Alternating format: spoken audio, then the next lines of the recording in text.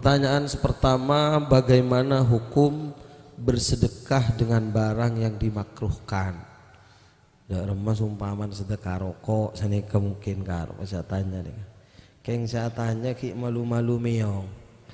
Saungku tanya rokok kira nih.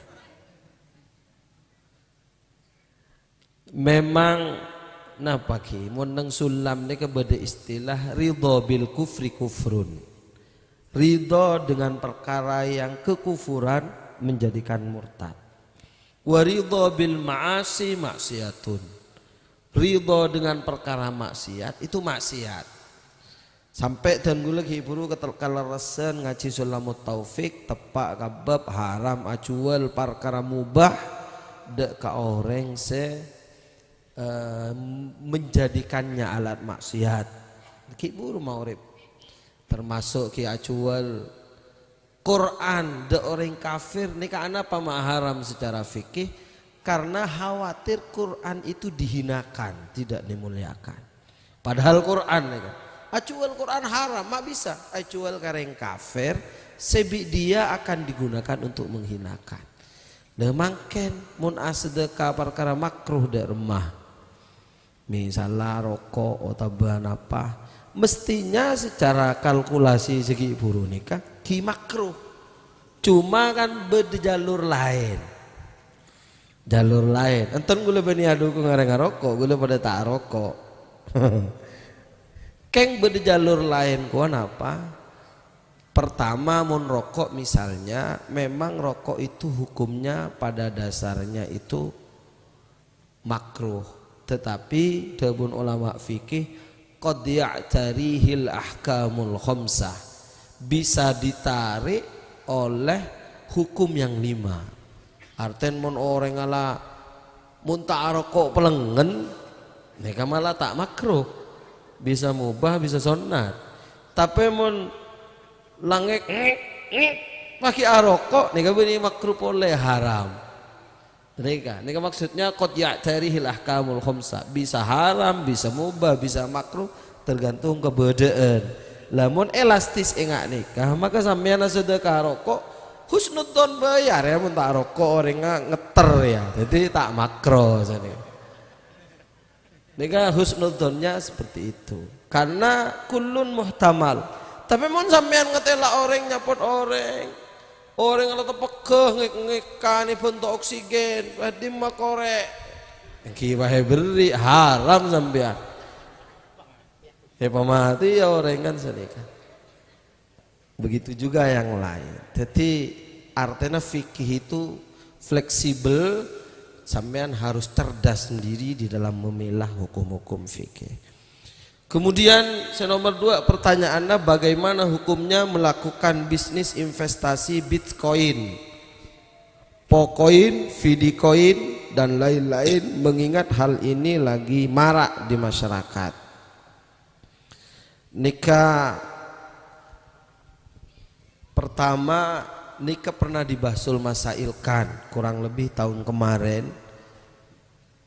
pese mata uang rupiah misalnya anak pakak Roma dijadikan alat transaksi cek karo dulu bang mak bisa kebai meleh nang sarana apa temurna saranom nang pasar anom melering kuring mak bisa cek karo dulu bang karena uang itu mewakili kekayaan emas nang BI yang ada di nang BI nang Bank Indonesia atau kekayaan emas di Bank Dunia artinya pese kalau ini kalau dulu bang dia mewakili aset yang disimpan nah nikah sementara Bitcoin ada yang mengharamkan alasannya nikah dia tidak mewakili apa-apa jadi fiktif jadi tak jelas jadi saya nggak manusia karo manusia setengah jin kan gitu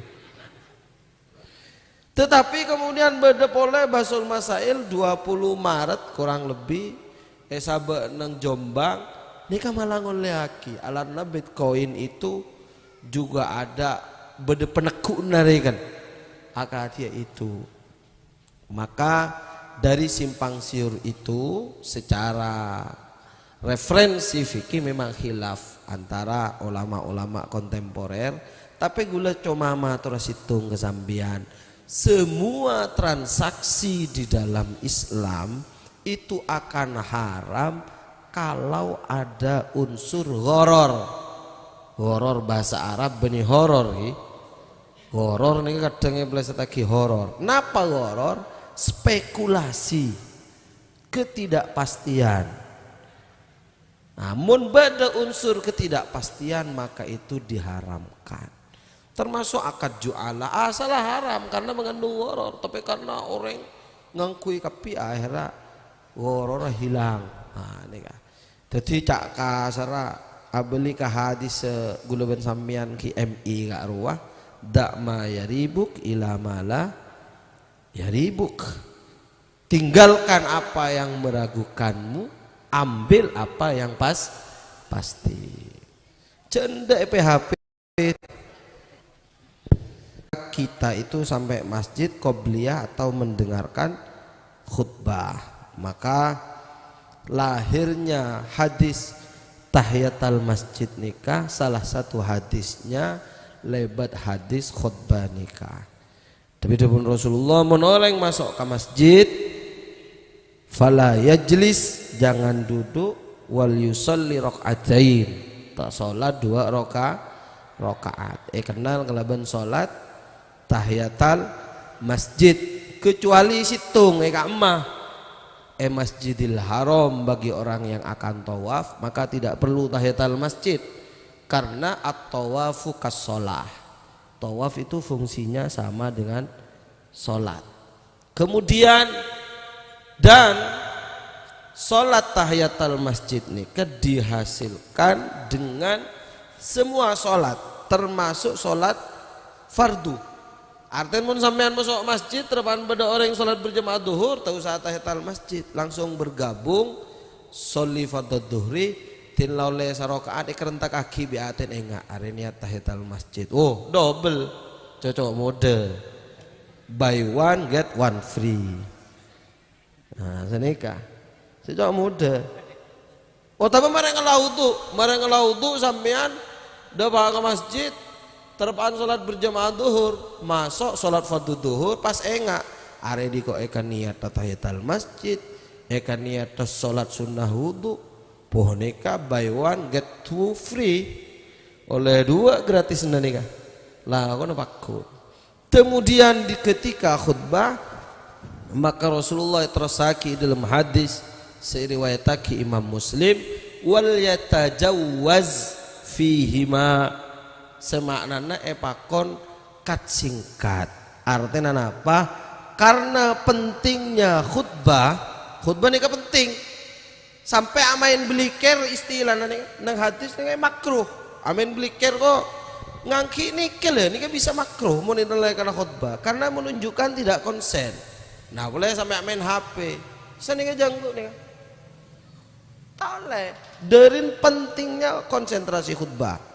Kemudian khutbah penting, sholat tahiyatul masjid penting dari rumah. Akhirnya dikompromi bi Rasulullah, pakon asolat tetapi dipersingkat. Dipersingkat nih maknanya kalau du fardun ulad dhalin Allahu akbar subhanallah Allahu akbar sujud subhanallah rabbil a'la wa bihamdi Allahu akbar, kat singkat. Tapi makna dipersingkat ini benih balapan nih. Balapan setengah menit mare karo terlalu profesional sholatnya. Tetap jaga tumak nina tetapi dipersingkat. Keng mun telanjuk toju maka haram sholat. Mun telanjuk toju pas enggak kok ke aku beli apa ngidingaki khutbah tak oleh pun langsung ngidingaki khutbah. Ini kan telok pertanyaan semasuk sebelum tabarukan kita maca sahadis, kita areng-sareng nyoon ke Allah Subhanahu wa taala. Maus kalamun barokah Al-Qur'an, kalamun